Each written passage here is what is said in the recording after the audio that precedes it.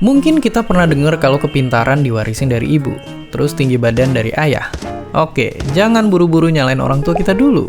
Jadi, benarkah kecerdasan anak diwariskan oleh ibu?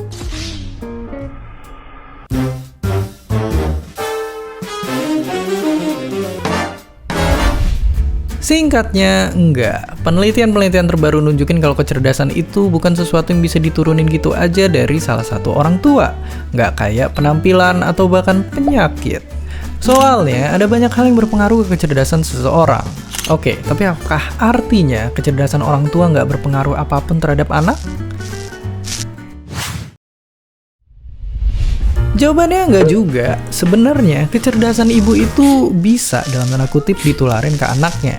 Gampangnya, ibu-ibu yang cerdas biasanya punya pola asuh yang lebih baik, jadinya perkembangan otak anak lebih maju.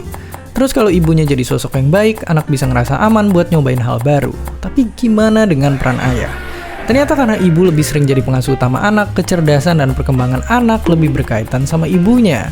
Kalau misalnya makin banyak ayah yang jadi pengasuh utama anak, bisa jadi kecerdasan anak juga bakal ditularin sama ayahnya. Jadi sebenarnya apa yang mempengaruhi kecerdasan?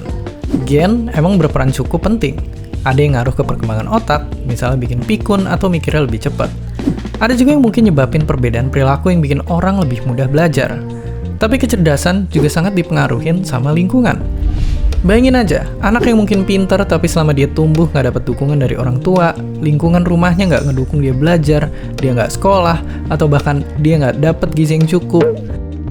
Jadi mungkin kecerdasan tuh ibarat plastisin yang diwarisin dari orang tua adalah bahan bakunya.